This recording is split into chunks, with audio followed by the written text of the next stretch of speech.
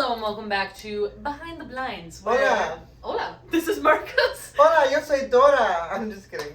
Promise I'm gonna shut up at some point. Welcome back to Behind the Blinds with me and my lovely assistant, Marcos. Hola. We are going to talk about today the looks, the songs, the music, all of the things, and just more about you because you're awesome and amazing. My little heart. Glad that we bonded backstage because our outfits were the Fire. moment. Fire. We were a moment. We were a moment. My dad was laughing with your boyfriend and his mom, and it was beautiful. They were so cute. They were so bonding. It was very cute. They needed that.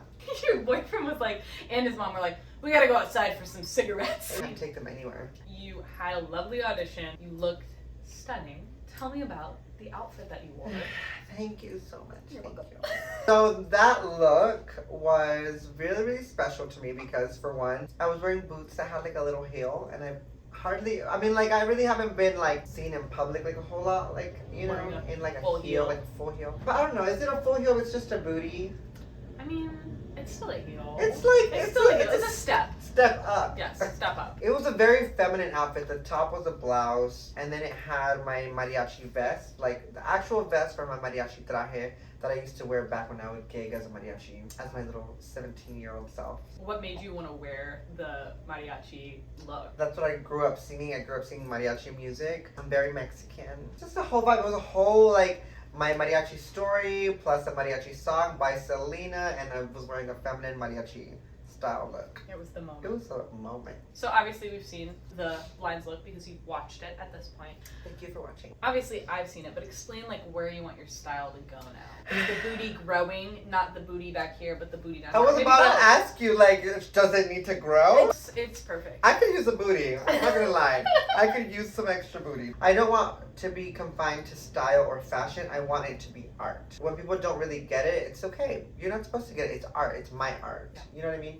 Those who love it, those who hate it, hate it. And that's a part of the art. I continue to just choose pieces that make me feel something and that I love. If you don't have haters, you're not doing it right. That's right. Yeah. I'm very blessed to have like some really, really good friends who are also designers, help like customize my looks and like make my looks from scratch, make my visions come to life as well. So when I can't find the pieces because, you know, there aren't really fashion forward or very extra pieces in the men's section. Yeah. If you haven't noticed. So Uh-huh. it can be a struggle. I don't know even how you can answer this question because your style is so many things, but if you had to describe it like one word or one phrase, like this is the brand of Marcos, how would you describe your fashion?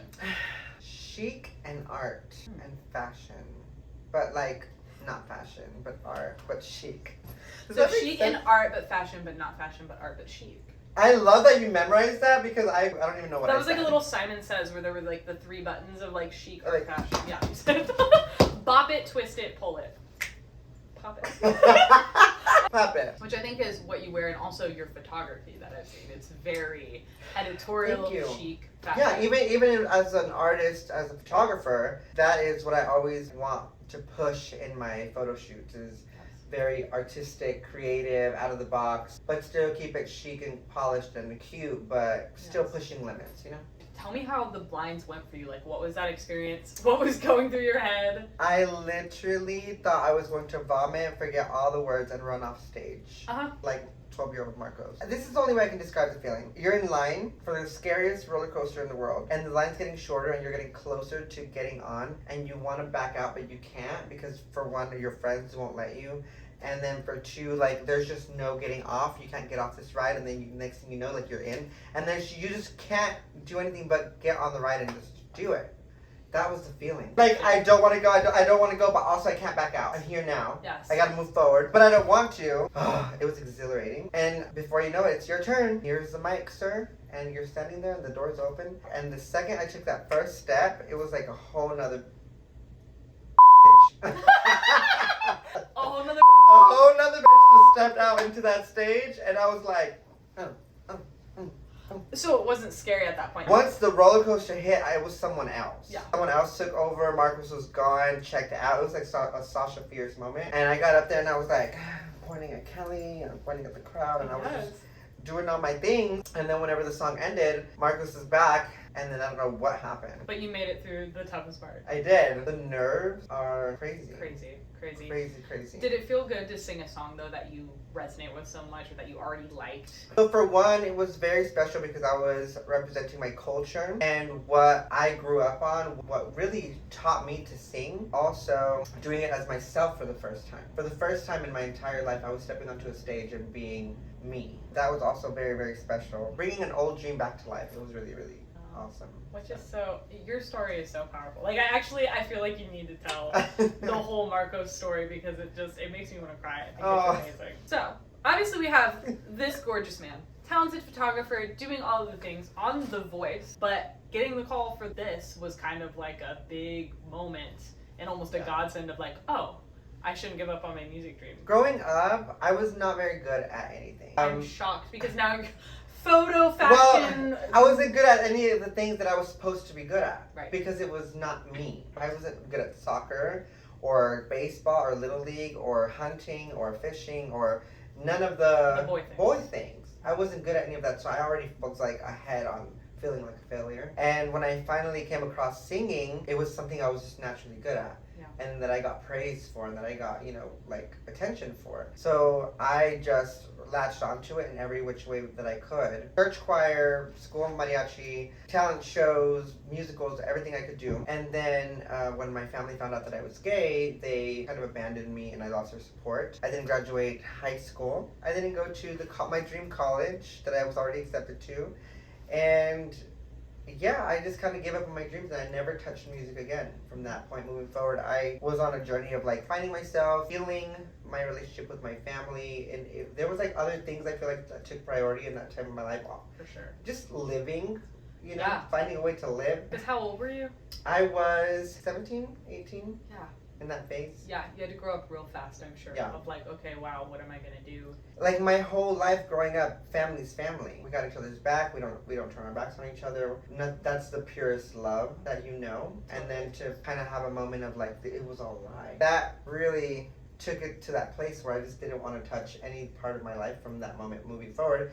And music was in there. So then you started to kind of get into other creative mediums to be like, I still need that. But it can't be who I used to be for a while. Yeah, so I met my boyfriend, and then he kind of helped me through like all that depression. And slowly I started to find other things that I was good at. Now that I was out, and I could do whatever I want without any kind of, implications?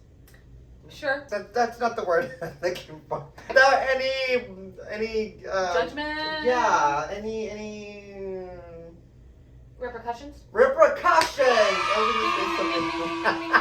I could try whatever I wanted to for the first time, so I tried decorating and I was good at that. I tried choreographing dances. Yes. I was good at that and a bunch of other things, and then slowly I ended up landing on photography, and that's the one that stuck the longest and that I moved to Dallas to pursue. And then I was creeping up on 30 and music kept popping up, and then I kept seeing the little ad to the virtual calls for The Voice, and I was like, I'm gonna be 30. This is still something that I do at home that I love, like my own therapy from home. I'm gonna try this one last time because I don't want to be 80 and regret not ever like revisiting this dream. Sorry. Bless you, studio audience. Bless you, studio audience.